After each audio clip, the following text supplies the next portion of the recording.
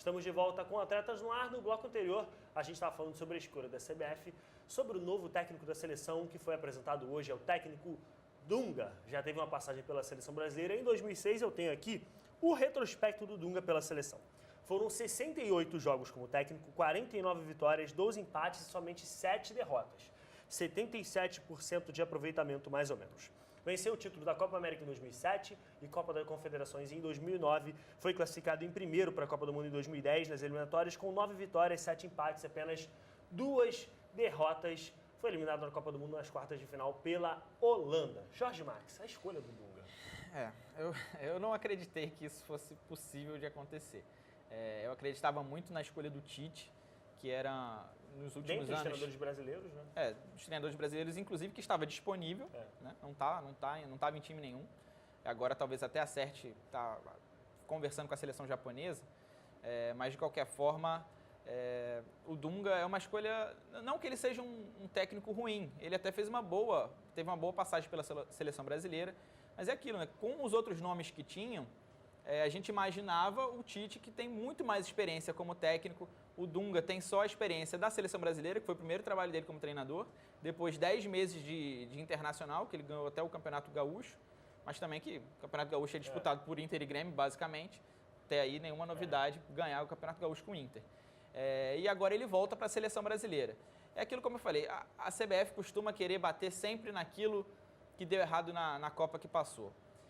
Em 2006, falou-se muito daquela questão do oba-oba, da festa, da bagunça, da farra e tal. Aí trouxeram o Dunga, aí o Dunga fez exatamente o oposto, fechou tudo, não tinha entrevista com ninguém, falava com ninguém, brigava com a imprensa direto. E agora falou-se muito disso também com a seleção do Filipão de 2014, de treinos muito abertos, fãs muito próximos, imprensa, entrevista toda hora e tal. E agora chamou o Dunga de novo. Não sei se exatamente só por isso, mas de qualquer forma trazem ele de novo para tentar eu tenho uma a questão Copa de interessante 2018. com relação ao Dunga, que é essa coisa que você falou. Normalmente a CBF tenta fazer uma reformulação ao final de cada Copa e fazer tudo diferente daquilo que foi feito. Muitas pessoas da imprensa, inclusive nós aqui, reclamamos que o Brasil estava com falta de valores coletivos, que era muito individual, mas que faltou, principalmente ao Brasil, aquela coisa do futebol alegre, que o futebol precisava ser mais ofensivo, que o futebol poderia mostrar mais arte, poderia ser um futebol mais bonito. E o Dunga vai, na minha opinião, à contramão desse futebol bonito. Ele venceu campeonatos e competições jogando com um time absolutamente retranqueiro. Era o Felipe Melo ali na frente da defesa, o meia do time era o Elano. Era o meia de criação, era o Elano. Então, me parece que o Dunga vai um pouco na contramão do futebol arte. O que você está achando dessa posição?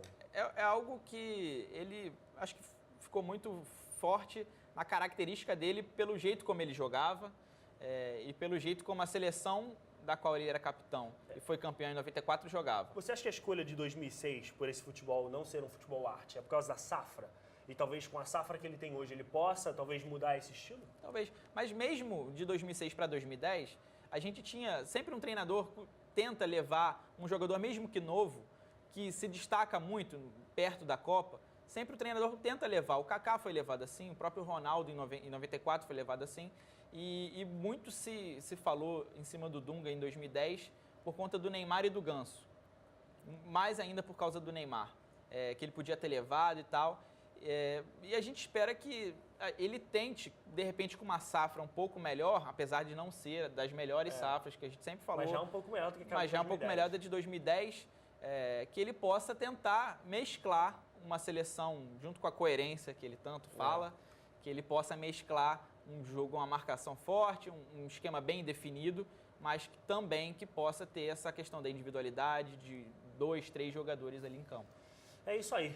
Toda sorte para o Dunga, agora o novo técnico da seleção. A gente vai falar agora de Campeonato Brasileiro. É isso mesmo, a 11ª rodada terminou no domingo e a gente vai conferir agora os gols dos jogos de sábado. Na tela para você, os gols de sábado. Chapecoense, rapaz, cada semana eu queimo a minha língua mais com a Chapecoense, que venceu com esse gol aí. Esse foi um jogo muito interessante, foi um jogo muito legal de se ver. Não querendo comparar, mas foi um jogo taticamente falando, de algumas coisas parecidas do que a gente viu na Copa do Mundo. O São Paulo entrou num esquema de 4-3-3 e fez uma boa partida. A gente vai poder comentar melhor sobre o jogo inteiro na sequência dos gols. A gente está vendo agora o gol do Giuliano. Primeiro gol do Giuliano com a camisa do Grêmio. Fez esse gol, vitória por 1-0 sobre o Figueirense. Continua lá na zona de rebaixamento o Figueirense. Esse jogo que aconteceu no Orlando Scarpelli. Bela batida de Giuliano, fazendo sua estreia, seu segundo jogo pelo rival do time que ele foi revelado. Bateu bonito de perna direita. Vamos em frente com os gols de Atlético Mineiro e Bahia. Isso foi praticamente um tempo para cada time nesse jogo, né? O Bahia, no primeiro tempo, fez uma boa partida, conseguiu sair na frente. E no segundo tempo, com algumas trocas do Levir Coupe, o Atlético melhorou. O Atlético estava desfalcado aí de Ronaldinho, de Diego Tardelli. Tem estado ultimamente desfalcado do Ronaldinho. Eu vou te dizer que o Ronaldinho esse ano não está dando nem mas é o Ronaldinho ainda, né? Continua sendo ele. Esse belo cruzamento subiu ali de cabeça para fazer o gol. Tite. E aí, o gol do Atlético Mineiro, o gol do empate, deu sorte. Luan. O Luan fez o gol. Voltando de muito tempo fora por causa de lesão. Mas é um bom jogador, o Luan é um jogador que me agrada, a forma como ele joga, muita velocidade. Ele, apesar de ser pequenino, conseguiu chegar nessa bola, fazer o gol de empate. A gente vai conferir agora o gol do Bolatti. 1-0 para o Botafogo. Jogo realizado lá em Volta Redonda, o Botafogo venceu o Curitiba por 1-0. É um bonito gol também, apesar de ser o Bolatti de bola parada. Costuma aparecer bem na área, né? É uma característica dele já nos últimos jogos. Ele já tinha feito Ele tem até uma altura boa para um jogador que joga na posição que ele joga, né? Ele tem uma altura interessante. E com isso a gente está fechando os gols de sábado com esse gol do Bolatti. Vamos dar uma passadinha rapidinho pelos jogos. São Paulo e Chapecoense, Morumbi lotado, 50 mil pessoas. A Chapecoense venceu, o São Paulo estava em franca subida, Jorge. É verdade. Como eu estava falando aqui, o São Paulo jogou com um esquema muito legal, um 4-3-3, e que apesar de tudo que a gente falou da seleção brasileira na Copa do Mundo, com um esquema parecido com esse, não tinha... não ganhava o meio de campo dos outros times, tinha pouca gente no meio de campo. O São Paulo entrou com 3 no meio de campo, mas fazia a movimentação que era necessária, estava taticamente sabendo o que precisava fazer. O Muricy é muito bom nisso e jogou muito bem. Teve mais de 68% de posse de bola em boa parte do jogo. Mas fazendo aquele Muricy ball, né? Cruzou bola para a área. Não, tudo bem. Caramba, cruzou. Mas de qualquer forma, jogou bem.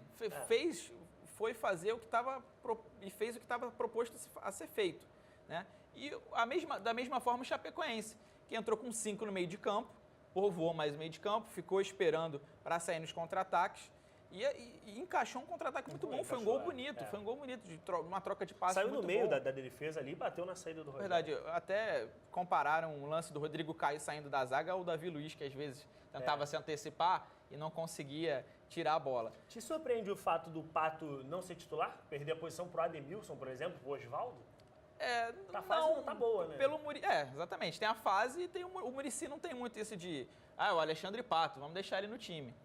Mas talvez o fato de ter um jogador como o Alexandre Pato não dá uma mexida no emocional, não dá uma melhor...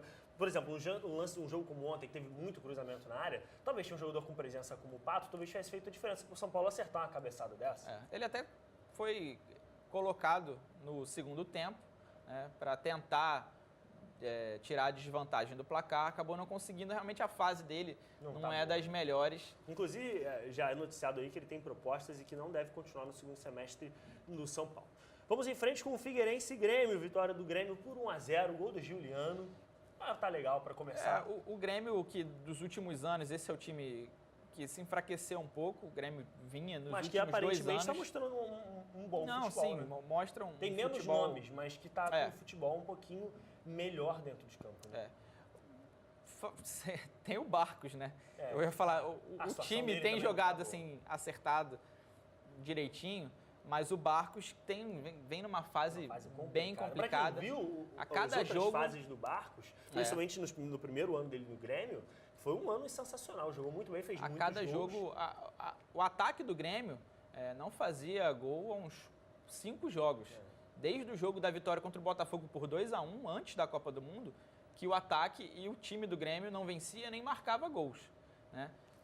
O Giuliano, que é um ótimo jogador, voltou agora aí depois da Copa do Mundo, é um ótimo jogador, tem tudo para fazer diferença, tem outros jogadores bons também ali, o Alan Ruiz, que é um jogador bom também, o Max Rodrigues, o Riveiros, enfim, tem tudo para fazer uma campanha no mínimo interessante. O time do Grêmio. O Figueirense é que parece que não vai conseguir sair dessa situação, tá ali na zona de rebaixamento desde o começo do campeonato com a campanha sofrível. Não conseguiu uma vitória nem dentro de casa. Nem dentro de casa o Figueirense ainda conseguiu ganhar. A situação do Figueirense, eu aí falando da Chapecoense, mas quem tá mal mesmo é o Figueirense. Vamos para Galo e Bahia, lá no Independência, o empate de 1-1 pareceu bastante justo, né, Jorge? Foi o que eu falei, um tempo basicamente para cada time. Bahia se destaca um pouco no primeiro tempo. Bahia que sempre tem uma marcação muito forte, meio de campo, tem ali o Fael, na zaga o Tite, agora tem 2 Biancutis lá dentro do time do Bahia, no ataque. Não estava suficiente. Agora tem 2 Biancutis. É um time que não é tão forte na frente, tem, como a gente falou, tem os 2 Biancutis agora, o Emanuel e o Max. E perdeu o melhor jogador do time, que é o Anderson Talisca, que estava fazendo um excelente campeonato. Um jogador habilidoso, vendido, alto, batia bate falta, cabeceia bem, então foi vendido para o Benfica. E o Galo, como a gente falou, desfalcado do Ronaldinho e do Tardelli, principalmente o Tardelli, que tem jogado muito bem. O Ronaldinho é o Ronaldinho Gaúcho, como a gente falou, mas tem lá seus momentos, até por causa da idade também. Tá chegando já próximo do fim de carreira. E sentiu um pouco a falta. Bom que o Jô mostrou mostrou uma diversidade boa de jogadas. O cruzamento dele, que é centroavante, está ali para fazer o gol. Saiu da área, fez o cruzamento para o gol do Luan. O Galo que ainda está para estrear o Michael Suel, ex-Botafogo, o grande jogador, estava lá na jogou ontem. Ele já estreou ontem, é verdade. Jogou ontem e foi substituído. Tem um meio-campo bem interessante com o Michael Suel agora. Vai ser difícil encaixar um time que tenha o Jô, o Tardelli, o Michael Suel e o Ronaldinho. É bem complicado. Mas como o Ronaldinho não tem jogado todos os jogos, acho que talvez uma boa chance dele jogar, uma boa oportunidade para o Michael Suel. Botafogo 1-0 no Coritiba. O Botafogo conseguiu se recuperar aí da derrota sofrida na última rodada. O Botafogo fez lá o seu golzinho de escanteio com o Bolatti. O Alisson, que fez um início de ano muito bom, não vem muito bem agora. Caiu bastante produção, foi vaiado pela torcida. Mas de qualquer forma é um bom jogador, a torcida do Botafogo tem que ter lá um pouquinho de calma com ele. Até porque se não for o Alisson, não sei quem é que vai ser. Eu estava desfalcado do Sheik também, que apesar da experiência, da idade, é um jogador que já mostrou desde a chegada no Botafogo que ainda pode fazer diferença. Era sempre um dos melhores em campo nos jogos do Botafogo. O Botafogo conseguindo se acertar, principalmente ali no ataque, né? Para aquele que vai chegar para fazer o gol, pode crescer na competição. A situação do Curitiba que também não está nada fácil. O Curitiba também está lá na zona de rebaixamento. O Alex está fazendo um último ano, olha, sofrido com esse time do Curitiba, que está muito mal tecnicamente. Tá ruim, a situação tá complicada lá no Coxa. No próximo bloco, os gols de domingo e o sorteio da camisa do Flamengo. Não, você não pode perder. Se você ainda não mandou seu e-mail, essa é a sua última oportunidade. Não perca o próximo bloco.